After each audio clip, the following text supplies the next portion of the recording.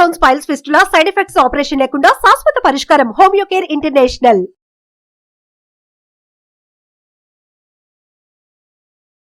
నమస్తే, welcome to Suman TV. నేను మీ Suman TV Usha.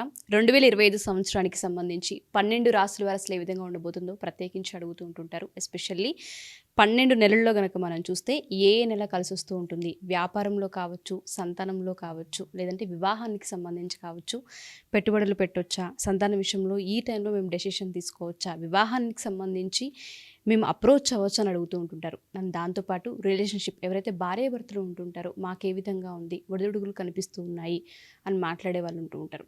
So సంవత్సరాంతం ఏ విధంగా ఉండబోతుంది, ఏ ఏ విషయాలలో జాగ్రత్తలు వహించాలి, పెట్టుబడులు ఏ ఏ నెలలో పెడితే కలిసి వచ్చే అంశాలు ఉన్నాయి అన్న విషయాలపైన మనతో పాటు జంధ్యాల లత గారు ఉన్నారు. ఆవిడని అడిగి తెలుసుకుందాం. నమస్తే లత గారు. నమస్తే అమ్మా. 2025 ధనుస్సు రాశి వరకు అసలు ఏ విధంగా ఉండబోతుంది, ప్రత్యేకించి వివాహము, సంతానము, ఆర్థికంగా అండ్ దాంతోపాటు వ్యాపార రీత్యా అడుగుతూ ఉంటుంటారు. సో కలిసి వచ్చే అంశాలు ఏంటి? కుటుంబ పరంగా మార్పులు చేయాలి అనుకుంటే అద్భుతంగా ఉండబోతోంది. కుటుంబానికి సంబంధించి, అలాగే వాళ్ళ ఒక వైవాహిక జీవితం గురించి వీళ్ళు తీసుకునే నిర్ణయాలు ఏవైతే ఉంటాయో అవన్నీ బాగా కలిసి వస్తాయి. అయితే ఇవన్నీ కూడా వీళ్ళకి ఆల్మోస్ట్ మే నుంచి స్టార్ట్ అయిపోతుంది. కాబట్టి 1 ఉద్యోగము, 2 వాళ్ళ వైవాహిక జీవితము, 3 వాళ్ళ కుటుంబము. ఫోకస్ అంతా దీని మీదే ఉంటుంది. ఇంకా మిగతా విషయాల మీద అంతగా వీళ్ళకి ఫోకస్ కనిపించట్లేదు. కాబట్టి ఏంటంటే ఉద్యోగానికి సంబంధించి అని అనుకోండి, చేస్తున్న ఉద్యోగాన్ని అలానే కంటిన్యూ చేస్తూ ఉంటారు. వీళ్ళు కూడా పెద్ద మార్పుల కోసం ప్రయత్నం చేయరు. చాలా హ్యాపీగా ఉన్నాం అనుకుంటారు. ఏమైనా మార్పులు కనుక వచ్చుంటే నాకు తెలిసి ఈ 2024లోనే వచ్చేసి ఉండాలి. ట్రాన్స్ఫర్స్ అవ్వటం కానీ, లేకపోతే ప్రయాణాలు, ఉద్యోగరీత్యా ప్రయాణాలు చేయటం కానీ, లేకపోతే ఏమైనా పొజిషన్స్ మారటం కానీ, ఇంక్రిమెంట్స్ రావటం కానీ, ఇలాంటివన్నీ కూడా వీళ్ళకి ఈ మార్చ్, ఏప్రిల్, మే లోపలే జరిగిపోతాయి అన్నమాట. మే తర్వాత నుంచి ఏంటంటే ఉద్యోగంలో అలాగే నిలకడగా ముందుకు వెళ్లేందుకు అవకాశాలు. అయితే ఆర్థికంగా అనుకూలత మాత్రం ఖచ్చితంగా ఉంది. భార్యాభర్తల మధ్యన వస్తున్న డిస్టర్బెన్సెస్ ఏవైతే ఉంటాయో, లేకపోతే ఉద్యోగ రీత్యా కానీ, వ్యాపార రీత్యా కానీ ఎక్కువ సమయం గడపలేకపోతున్నాము మా కుటుంబ సభ్యులతోటి, లేకపోతే మా ఒక వైఫ్ తోటి, మా ఒక స్పౌస్ తోటి, లేదా భర్తతోటి, భార్యతోటి, ఇలా అనుకున్న వాళ్ళు ఎవరైతే ఉంటారో వాళ్ళందరికీ కూడా ఈ సంవత్సరం కలిసి రాబోతోంది. సో అందరూ ఒక చోటికి చేరేందుకు అవకాశాలు ఎక్కువగా ఉంటాయి. ప్రాపర్టీస్ కొనుక్కుంటాము, ఎందుకంటే ప్రాపర్టీస్ కొనుక్కునే అవకాశాలు ఎక్కువగా ఉన్నాయి. ఇన్వెస్ట్మెంట్స్ చేస్తారనమాట. వీటి గురించి మాత్రం వీళ్ళకి ఆల్మోస్ట్ అక్టోబరు, నవంబరు, డిసెంబరు ఆ పీరియడ్ అంతా కూడా బాగుంటుంది. కాబట్టి ఈ పీరియడ్లో ప్రాపర్టీస్ కొనుక్కోవడానికి, వెహికల్స్ కొనుక్కోవడానికి, అలాగే ఏవైనా సరే సేవింగ్స్ గురించి ఆలోచించడానికి, మ్యూచువల్ ఫండ్స్, ఇన్సూరెన్స్లు, వీటన్నిటి మీద వీళ్ళు హ్యాపీగా పెట్టుబడులు పెట్టుకోవచ్చు. కాబట్టి ఇవన్నీ బాగుంటాయి వీళ్ళకి. అందుకని ఇవన్నీ వీళ్ళు చేసుకోవచ్చు. సంతానం అంటారా, సంతానానికి అభివృద్ధి కనపడుతోంది. పెద్దగా భయపడాల్సిన అవసరం లేదు. మేజర్గా తీసుకోవాల్సిన 2 విషయాలు మాత్రం ఉన్నాయి. 1 తల్లిదండ్రుల ఆరోగ్యం, 2వది ఏంటంటే దూర ప్రయాణాలు చేస్తున్నప్పుడు జాగ్రత్త, 3వది ఏంటి అని అంటే ఈ భార్యాభర్తలు కలిసి ఉండే ప్రయత్నం చేస్తారు అన్నాను కదా. కాబట్టి వీళ్ళు కలిసే ఉంటారు, కానీ ఏదో ఒక కారణంతో కొంచెం ప్రయాణాలు ఉన్నాయనో, ఉద్యోగరీత్యా ప్రయాణాలు ఉన్నాయనో, వర్క్ ప్రెషర్ ఎక్కువగా ఉందనో, వీళ్ళు అనుకున్నంతగా వీళ్ళ మనసులో ఉండొచ్చు, మేము ఒకటే చక్కగా మేము కలిసి ఉండాలి, బాగా ఒకరి విషయాలు ఒకళ్ళని చెప్పుకోవాలి, అలా అనుకుంటారు కదా. అలా కాకుండా కొంత చిన్న చిన్న డిఫరెన్సెస్ కూడా వస్తూ ఉంటాయి. కాబట్టి ఇది కొంచెం వీళ్ళకి ఇబ్బందిని కలిగిస్తూ ఉంటుంది. బట్ ఓవరాల్గా ఏంటి అని అంటే రిలేషన్షిప్ మీద వీళ్ళు, అది కూడా సిబ్లింగ్స్ తోటి ఉండే రిలేషన్షిప్ మీద జాగ్రత్త వహించాలి. సిబ్లింగ్స్ తోటి గొడవలు వచ్చేందుకు అవకాశాలు, మనస్పర్ధలు వచ్చేందుకు అవకాశాలు, ఆస్తి తగాదాలు ఉండే అవకాశాలు, లేకపోతే ఎవరి ఆస్తి వాళ్ళు తీసేసుకోండి అనుకోవడము, ఇలాంటివి ఫ్యామిలీ ఇష్యూస్ చాలా ఎక్కువగా కొంతవరకు కనపడుతూ ఉంటాయి. ఇది సిబ్లింగ్స్ తోటే ఉంటుంది. అలాగే తల్లిదండ్రుల ఆరోగ్యం గురించి జాగ్రత్త వహించాలి. ఓకే, ఎస్పెషల్లీ పెట్టుబడుల విషయంలో బాగుందని చెప్తున్నారు. కాబట్టి ఏ మాసంలో పెట్టుబడులు పెడితే మంచిది అంటారు? అంటే చాలామంది అడుగుతూ ఉంటుంటారు, పలానా నెలలో ప్రారంభించవచ్చు అని అడిగే వాళ్ళు కూడా ఉంటుంటారు. సో ఒకసారి సెప్టెంబర్ నుంచి చూసుకోవచ్చమ్మా. సెప్టెంబర్ నుంచి వీళ్ళు ప్లానింగ్ మొదలు పెడతారు. వీళ్ళకే నడుచుకుంటూ ఒక రకంగా వీళ్ళు ఏదైనా ఎక్కడైనా పనికి వెళ్తే కూడా ఈ పనిలో ఇగో ఇక్కడ బాగుందండి, ఇక్కడ తీసుకోండి అని చెప్పి ఎదురు చెప్పి ఇప్పించే వాళ్ళు ఉంటారనమాట. కాబట్టి ఆల్మోస్ట్ సెప్టెంబర్ నుంచి వీళ్ళకి చాలా బాగుంది. జనవరి వరకు బాగుంటుంది. కాబట్టి భయం ఏం లేదు. డెఫినెట్గా. మకర రాశి వరకు అసలు ఏ విధంగా ఉండబోతుంది అంటారు? ప్రత్యేకించి వీళ్ళు ఏ విషయాలు జాగ్రత్తలు వహించాలి? ఇప్పుడు ఇక్కడ అసలు విషయం ఏంటంటే మకర రాశి వారు, కుంభరాశి వారు, మీనరాశి వారు అందరూ కూడా మా ఏళ్ళనాడు శని ఎలా ఉండబోతుంది అని అనుకుంటారు కదా. అవును. కాబట్టి ఉగాది పంచాంగం వచ్చాక ఎట్లానో మకర రాశి వారికి ఏలినాడు శని అయిపోయింది అని చెప్తాం, కానీ బట్ ఒక రకంగా మనం సంవత్సరం అంతా మాట్లాడుతున్నాం కనుక ఉగాది తర్వాత నుంచి ఇంకా వీరికి ఏలినాడు శని ప్రభావం తగ్గుముఖం పడుతుంది అని చెప్తాను. ఒక్క విషయం ఎప్పుడు గుర్తుపెట్టుకోవాలి, ఏలినాటి శని ప్రభావంలో మొత్తం 7.5 ఏళ్ల సమయంలో ఒక 2.5 ఏళ్ల పాటు కొంచెం ఒడిదుడుకులు ఉంటాయి. మొదటి 2 సంవత్సరాలు లేకపోతే 3వ సంవత్సరం ఉంటుంది, 1వ సంవత్సరం ఉంటే 2-3 ఉండకపోవచ్చు, కొంతమందికి 7.5 ఏళ్ళు కూడా ఉండొచ్చు. బిజినెస్ చేసేవాళ్ళు ఎవరైతే ఉంటారో వారికి ఈ ఏలినాడు శని ప్రభావం ఎక్కువగా ఉంటుంది. గవర్నమెంట్ ఉద్యోగులు ఎవరైతే ఉంటారో వారికి, ఇలాగ కొన్ని వృత్తుల్లో ఉన్న వాళ్ళకి అధిక శాతం కనపడుతూ ఉంటుంది. ఓకే. అందుకని ఒక రకంగా చెప్పాలంటే కొంత వీళ్ళకి దాని ప్రభావం తగ్గుతుంది అంటాను. ఇప్పుడు మనకు సైక్లోన్ వచ్చిందనుకో, సైక్లోన్ వచ్చిన తర్వాత మొత్తం ఎలా ఉంటుంది, సైక్లోన్ ఆఫ్టర్ ఎఫెక్ట్స్ కొన్ని ఉంటాయి కదా, అలాగే దీన్ని కూడా అనుకోవాలి. మొత్తం 7.5 ఇయర్స్లో ఎక్కడో అక్కడ కొంత డ్యామేజ్ జరుగుతుంది గనక ఆ డ్యామేజ్ గురించి వీళ్ళు ఆలోచన చేస్తారు. అది కరెక్ట్ ఏ డ్యామేజ్ అయినా అవ్వచ్చు, వృత్తిరీత్యా అవ్వచ్చు, వాళ్ళ పార్ట్నర్షిప్స్ అవ్వచ్చు, వాళ్ళ ఉద్యోగాలు అవ్వచ్చు, వాళ్ళ హెల్త్ అవ్వచ్చు, వాళ్ళ వెల్త్ అవ్వచ్చు, వాళ్ళ ఇన్వెస్ట్మెంట్స్ అవ్వచ్చు, ఏదైనా అవ్వచ్చు. కాబట్టి ఇక్కడ వీళ్ళల్లో వచ్చే మార్పు ఏంటి అని అంటే, ఉద్యోగం ఏదో ఒకటి ఉందిరా నాయన, మేము ఇక మారకుండా ఇందులోనే కంటిన్యూ అవుతామని అనుకుంటారు. ఏదో ఒకటి ఉంది ఫస్ట్, సర్వైవల్కి ఏదో ఒకటి ఉంది. 2024 వరకు ఎలా ఉంటారు, మధ్యలో ఉద్యోగం మారిపోదామా, మనకి ఇది అసలు అక్కర్లేదు, ఇది కాకుండా ఇంకోటి చేద్దామా, ఇలాంటి ఆలోచన చేస్తూ ఉంటారు. కానీ ఇప్పుడు వీళ్ళు తీసుకునే నిర్ణయం ఏంటంటే, ముందర అసలు ఉన్నదానిలో మనం నిలకడగా ఉందాం, మనం ఎక్కడికి మారద్దు, ఇందులో నాకు ప్రశాంతంగా ఉంది, నేను హాయిగా ఉన్నాను అని ఒక డెసిషన్ తీసుకుంటారు. రెండో విషయం ఏంటంటే, వీళ్ళ ఒక సంతానం గురించి డెసిషన్స్ తీసుకుంటారు. అంటే వాళ్ళ గురించి ఏమైనా ఇన్వెస్ట్మెంట్స్ చేయటం అనుకుందాం, వాళ్ళ గురించి కూడా మనం మ్యూచువల్ ఫండ్స్ లాంటివి తీసుకుంటాం కదా, అలాంటి వాటి మీద ఫోకస్ చేస్తారు. అంటే పిల్లల చదువుల గురించి, వాళ్ళ ఒక అభివృద్ధి గురించి ఫోకస్ చేయటం అనేది కనపడుతూ ఉంటుంది. కాబట్టి మెయిన్గా ఉద్యోగస్తుల విషయం చెప్పుకున్నాం, సంతానం గురించి చెప్పుకున్నాం. ఇక్కడ వీళ్ళ ఆలోచన ఏ విధంగా ఉంటుందంటే, రిలేషన్షిప్ ఏదైతే ఉందో, అంటే ఇప్పుడు ఈ సంవత్సరంలో పెళ్లి చేసుకున్న వాళ్ళు ఎవరైతే ఉంటారో వీళ్ళు విశ్వ ప్రయత్నం చేస్తూ ఉంటారనమాట ఆ సంబంధాన్ని కాపాడుకోవడానికి. అందుకని ఏమనుకుంటారు, ఉన్న ఉద్యోగం చేస్తున్నాం చాలే అనుకుంటారు. మ్యాటర్ అర్థమైంది అంటే, కాన్సన్ట్రేషన్ అంతా కూడా ప్రొఫెషనల్ లైఫ్ నుంచి పర్సనల్ లైఫ్కి కన్వర్ట్ అవుతుంది. సో పర్సనల్ లైఫ్ మీద ఎక్కువ ఫోకస్ ఉంటుంది కనుక ప్రొఫెషనల్ లైఫ్ని ఏదో రకంగా మనం లీడ్ చేసేద్దాము అన్న ఆలోచన కలుగుతూ ఉంటుంది. కాబట్టి ప్రొఫెషనల్ కంటే కూడా పర్సనల్ లైఫ్ మీద ఎక్కువ ఫోకస్ ఉంటుంది. సో పర్సనల్గా ఎక్కువ ఫోకస్ ఉంటుంది కనుక హెల్త్ మీద ఎక్కువ జాగ్రత్తలు తీసుకుంటూ ఉంటారు. ఎక్సర్సైజ్ చేయటం కానీ, లేకపోతే వాళ్ళకి ఏదైనా మెడికేషన్ కొంచెం ఎక్స్ట్రాగా మనం అప్పుడప్పుడు ఇమ్యూనిటీ బూస్టర్స్ వాడతాం కదా, ఒక బి కాంప్లెక్స్ అనో, ఒక వైటమిన్స్ అనో, ఇలాంటివి వాడటము, ఇలాంటివి చేస్తూ ఉంటారు. వీళ్ళు ఇలాంటివి వాడాల్సిన పరిస్థితులు కూడా వీళ్ళకుంటాయి.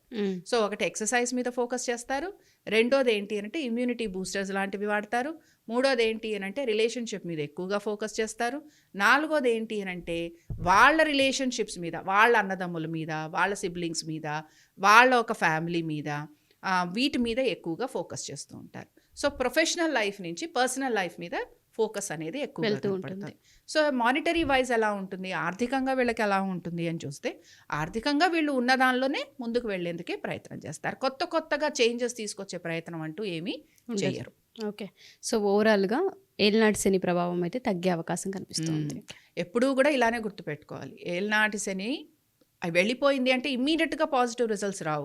ఎందుకంటే డ్యామేజ్ ఆల్రెడీ జరిగింది కనుక డ్యామేజ్ నుంచి రీకూప్ అవ్వడానికి టైం పడుతుంది. ఓకే, అది గమనించుకోవాలి. కుంభరాశి వారి కనుక మనం చూసుకుంటే నూతన సంవత్సరం 2025 అసలు ఏ విధంగా ఉండబోతుంది అంటారు? ఈ సంవత్సరం వీళ్ళ ఆలోచనలు మాత్రం చాలా బాగున్నాయి. దేని మీద ఆలోచన? ధనం మీద ఆలోచన. ఓకే, ఎంతసేపు బాగా డబ్బు ఎలా సంపాదిద్దాం, బాగా సుఖంగా ఉండాలంటే ఏం చేయాలి. మనం నవ్వుకుంటున్నాం కానీ ఇది నిజం. వీళ్ళ ఆలోచన దీని మీదే ఉంటుంది. బాగా డబ్బు సంపాదించేసి బాగా సుఖంగా ఉండి హ్యాపీగా లైఫ్ని లీడ్ చేయాలి. ఎన్ని రోజులు కష్టపడతాం, ఎన్ని రోజులు ఈ గోల అన్న ఆలోచన ఎక్కువగా ఉంటుంది. Okay. So positive bent of mind ఉండటం మంచిదే, కానీ కష్టపడకపోవడమే ప్రాబ్లం వస్తూ ఉంటుంది. వాళ్ళ మీద వాళ్ళకి ఓవర్ కాన్ఫిడెన్స్ అనేది పెరుగుతూ ఉంటుంది. చూడండి, ఇందాక నేను చెప్పినవన్నీ కూడా ఎందుకు కష్టపడాలి అన్న ఆలోచన వచ్చింది అని అంటే సుఖపడదామనేగా. సుఖపడటం కోసం అని ఏం చేస్తున్నాం, మనం చేయాల్సిన పనులని దాటేస్తున్నాం. అందుకని ఏంటంటే వీళ్ళకు వచ్చే ఆపర్చునిటీస్ని వీళ్ళు చక్కగా వాడుకోవచ్చు. చేస్తున్న ఉద్యోగాన్ని కంటిన్యూ చేయొచ్చు. ఎంజాయ్ చేయాలి అనుకుంటున్న వాళ్ళు హ్యాపీగా లైఫ్ని ఎంజాయ్ కూడా చేయొచ్చు. తప్పేమీ లేదు. అప్పుడు ఎప్పుడు కష్టపడాలని నేను చెప్పను. కాబట్టి ఏంటంటే ఎంజాయ్మెంట్ కూడా అవసరమే జీవితంలో. ఈ సంవత్సరం అంతా వీళ్ళు లైఫ్ ఎంజాయ్ చేయొచ్చు అనే చెప్తాను. బట్ ఏంటి, ఆర్థికపరమైన విషయాలలో మంచి డెసిషన్స్ తీసుకోవాలి. అంటే మనం చేసే ఇన్వెస్ట్మెంట్స్ కానీ, మనం చేస్తున్న పెట్టుబడులు కానీ, మనం కొనుక్కుంటున్న స్థలాలు కానీ, పొలాలు కానీ, ఇలాంటివన్నీ కూడా అవకాశం వచ్చింది కదా అని చెప్పి ముందు వెనక చూడకుండా చేయకూడదు. ఓకే, ఇదొక్కటే వీళ్ళు గుర్తుపెట్టుకోవాలి. అంటే పొజిషన్ బాగుంది, అనుకున్న వెంటనే డబ్బులు వస్తున్నాయి చేతికి, ఎంజాయ్మెంటు వస్తుంది, పొలాలు స్థలాలు వస్తున్నాయి. కానీ ఎలా ఉంటున్నాయి, జాగ్రత్తగా చేసుకోవాలి. ఎందుకంటే వీళ్ళు తర్వాత ఏమైపోతారంటే లిటిగేషన్లలో ఇరుక్కునేందుకు అవకాశాలు ఉంటాయి. అందుకని అంటే ఇప్పుడు చేసే ఇన్వెస్ట్మెంట్స్ నేను మాట్లాడుతుంది నెక్స్ట్ ఇయర్కి. అందుకని వీళ్ళు ఏం చేయాలంటే ఏవైనా స్థలాలు, పొలాలు, ఇళ్ళు, వాకిళ్ళు ఏమైనా కొనుక్కుంటుంటే కనుక అవి ఫేర్గా ఉన్నవి, ఎటువంటి ఇబ్బంది లేనివి చూసి కొనుక్కోవాలి. ఓకే, భార్యాభర్తల మధ్యన కొంచెం డిస్టెన్స్ అనేది పెరుగుతుంటుంది. అంటే ఈయన ఒక మాట అంటే ఆవిడ ఇంకో మాట అంటూ ఉంటుందన్నమాట. కాబట్టి ఇద్దరి ఆలోచనలు కలవకుండా ఉండేందుకు అవకాశాలు ఉంటాయి. ఇప్పుడు ఈయన ఎంజాయ్ చేద్దామంటారు అనుకోండి హస్బెండ్, వైఫ్ కాదు నేను పూజ చేసుకుంటా అందనుకోండి, అక్కడ ప్రాబ్లం వస్తుంది. అందుకని ఇలాంటి క్లాషెస్ వచ్చేందుకు అవకాశాలు ఉంటాయి. ఒకళ్ళు ఒక మాట అంటారు, ఒకళ్ళు ఒక మాట అంటారు. అందుకని ఇద్దరు ఒక మాట మీదకి ముందుకెళ్లేందుకు ప్రయత్నం చేయాలి. ఎక్కడో అక్కడ కాంప్రమైజ్ అవ్వాలి. సో కాంప్రమైజ్ అవ్వాలి, చేసే పనుల మీద కొంత దృష్టి పెట్టుకోవాలి, ఎంజాయ్మెంట్ ఖచ్చితంగా చేస్తారు, ఆర్థికమైన విషయాల మీద ఫోకస్ ఎక్కువగా ఉంటుంది, అవి కూడా సాధించేందుకు ప్రయత్నం చేస్తారు. ప్రయాణాలు లాంటి వాటి మీద, విదేశాలకు వెళ్ళాలి, ప్లెజర్ ట్రిప్స్ అంటాం కదా, ప్లెజర్ ట్రిప్స్ మీద ఎక్కువగా ఆసక్తి ఉంటుంది. అంటే తీర్థయాత్రల మీద కాదు నేను అంటోంది, ప్లెజర్ ట్రిప్స్, విదేశాలకు వెళ్ళడము, హ్యాపీగా అక్కడ ఎంజాయ్ చేసి రావాలనుకోవటము, ఇలాంటివి అనమాట. తర్వాత ఏంటంటే ఈ భార్యాభర్తల మధ్యన ఈ కోయిన్సైడ్ అవ్వవు, వీళ్ళ ఆలోచనలు కోయిన్సైడ్ అవ్వవు. దాంతో కొంత వీళ్ళు నిరుత్సాహపడుతూ ఉంటారు. బట్ కొంతవరకు కాంప్రమైజ్ అయి ముందుకెళ్ళగలిగితే బాగుంటుంది. ఓకే, సో సంతానం కోసం ప్రయత్నించే వాళ్ళకి అండ్ వివాహం కోసం ప్రయత్నించే వాళ్ళకి ఎస్పెషల్లీ అండ్ వ్యాపారంలో పెట్టుబడులు పెట్టాలనుకునే వాళ్ళకి ఏ మాసాలు బాగున్నాయని చెప్పొచ్చు అంటారు? సంతాన ప్రయత్నం చేస్తున్న వారికి అయితే కొంత ప్రతికూలత ఉంది. వీళ్ళ సంతానం విదేశాలకు వెళ్ళాలి అంటే వీళ్ళకి అనుకూలంగా ఉంటుంది. అలాగే పెట్టుబడులు పెడతాము అన్న వాళ్ళందరికీ కూడా ఇందాక నేను చెప్పినట్టు మే నుంచి వీళ్ళకి బాగానే ఉంటుంది. తర్వాత బేసిక్గా వివాహ ప్రయత్నాలు చేస్తున్న వారికి ఎలా ఉంటుంది అని అంటే, వివాహ ప్రయత్నాలు చేస్తున్న వారికి కొంత సమయం పడుతుంది. చూడండి, ఇందాక నేను చెప్పాను, భార్యాభర్తల మధ్యన ఆలోచనలు ఒక దీని మీదకి రావు, ఒక కొలిక్కి రావు. సో వివాహ ప్రయత్నం చేస్తున్న వాళ్ళకి కూడా సంబంధాలు దగ్గరగా రావడము, లేకపోతే సంబంధం వచ్చి తప్పిపోవడము, లేకపోతే ఆ సంబంధంలో ఏదో చిన్న లొసుగులు ఉన్నాయనుకోవడము, లేకపోతే నచ్చిన సంబంధం కాదు వేరేదేదో వచ్చిందనుకోవడము, ఇలాంటివి ఎక్కువగా ఉంటాయి.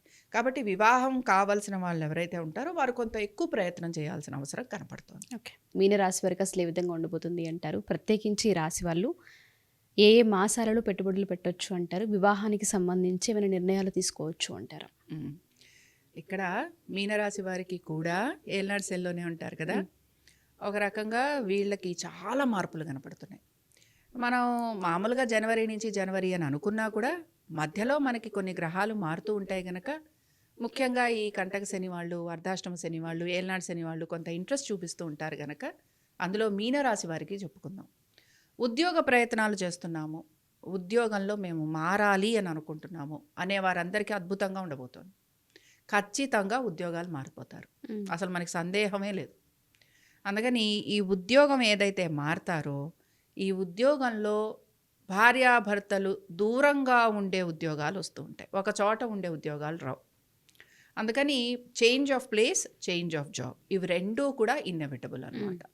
కాబట్టి ఫస్ట్ ఆఫ్ ఆల్ ఏల్నాటి శనిలో జరిగే ఒక పెద్ద మార్పు ఉద్యోగస్తులందరికీ ఇదే. ఓకే, రెండోది ఏంటి, ఆర్థికంగా ఏ విధంగా ఉంటుంది? ఆర్థికంగా ఏల్నాడు శనిలో ఉన్నంత మాత్రాన చాలా ఇబ్బంది పడిపోతాము అని చెప్పుకోవడానికి ఏమీ లేదు. ఆర్థికంగా చాలా అనుకూలతగానే ఉంటుంది. అయితే మాకు ముందరి నుంచి రుణాలు ఉన్నాయి, ముందరి నుంచి కోర్టు కేసులు ఉన్నాయి, ముందరి నుంచి మేము ఈఎంఐలు కట్టుకొస్తున్నాం, అవి కంటిన్యూ అవుతాయి, వాటి నుంచి విముక్తి అయితే లేదు. గవర్నమెంట్ సంబంధంగా గవర్నమెంట్ తోటి చేసే పనులు, ఇప్పుడు లా అండ్ ఆర్డర్ అనుకుందాం, ఇలాంటివి ఏవైనా సరే, ఇవన్నీ కూడా మీకు కొనసాగుతూ ఉంటాయి. ఇవి ఎక్కడా మీకు బ్రేక్ రాదు.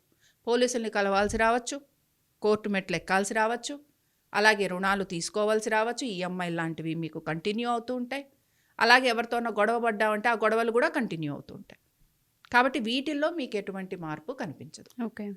బట్ సంతానపరంగా చక్కటి అభివృద్ధి కనపడుతోంది. సంతానానికి విదేశాలకు వెళ్ళే అవకాశం కనపడుతోంది. అలాగే మీ యొక్క సంతానం గురించి మీరు చాలా ఆనందించే విషయాలు కనపడుతున్నాయి. వాళ్ళకి మీరు వివాహం చేయాలంటే చేసేందుకు అవకాశాలు కనపడుతున్నాయి. ఇలాగ అనేక విషయాలలో మీకు ఆనందదాయకంగా ఉండబోతోంది. ఫైనాన్షియల్ స్టేటస్ కూడా ఈ ఇయర్ కంటే వచ్చే సంవత్సరం బాగుంటుంది. ఓకే. సో 2025లో కొంత ఒడిదుడుకులు అయితే చాలా ఎక్కువగా కనిపిస్తున్నాయని మనం చెప్పొచ్చు. ఒడిదుడుకులు అని చెప్పను, ఏవైతే కంటిన్యూ అవుతున్నాయో వేటి నుంచి మీరు రిలీఫ్ కోరుకుంటున్నారో వాటి నుంచి మీకు రిలీఫ్ రాదు అంటున్నాను. ఓకే. సో క్యారీ ఫార్వర్డ్ అవుతుంది. హెల్త్ నుంచి నాకు రిలీఫ్ కావాలి, నేను ఇల్ హెల్త్ ఉంది, నాకు ఆరోగ్యం బాగాలేదు, మీరు ఇప్పుడు వాడుతున్న మందులే నెక్స్ట్ ఇయర్ కూడా వాడాలి, మీకేం రిలీఫ్ లేదు. అలాగే కోర్టు కేసులు ఉన్నాయి, ఈ ఇప్పుడున్న కోర్టు కేసులే నెక్స్ట్ ఇయర్ కూడా కంటిన్యూ అవుతాయి, 2025లో కూడా కంటిన్యూ అవుతాయి, రిలీఫ్ లేదు. అలాగే మేము ఎవరికైనా పోలీస్ స్టేషన్కి వెళ్ళి సంతకం పెట్టాలి, ఆ సంతకం పెట్టాలి అని అంటే మీకు రిలీఫ్ లేదు. అది నేను అంటుంది. ఏవైతే 2024లో మీకు సమస్యగా ఉన్నాయో ఆ సమస్యలన్నీ కూడా 2025 నుంచి 26 వరకు కంటిన్యూ అవుతాయి. అంతే. సో వీళ్ళకి ఏదైనా పరిహారం మనం చెప్పొచ్చు అంటారా? అంటే కోర్టు సంబంధంగా ఉండే పరిహారాలకి ఏల్నాటి శనిలో ఉన్నప్పుడు ఎప్పుడూ కూడా ఈశ్వర ఆరాధన చేయటమే. కానీ వీళ్ళు ఏం చేయాలంటే పంచముఖ ఆంజనేయ స్వామిని ఎక్కువగా ఆరాధన చేయాలి. ఇప్పుడు మనకి భూ సంబంధమైన ఇబ్బందులు ఉంటాయి, కోర్టు సంబంధమైన ఇబ్బందులు ఉన్నాయి, లేకపోతే పోలీస్ స్టేషన్లతో ఇబ్బందులు ఉన్నాయి, పోలీస్ స్టేషన్లు, పోలీసులు ఇలాంటివి అనుకుందాం. ఇలాంటి వాళ్ళు సుదర్శన హోమం కానీ నరసింహస్వామి హోమం కానీ చేసుకుంటే అద్భుతమైన ఫలితాలు వస్తాయి. ఓకే. కాబట్టి ఇవి చేసుకోవచ్చు. డెఫినెట్గా. Thank you ma'am. Thank you so much. నమస్తే.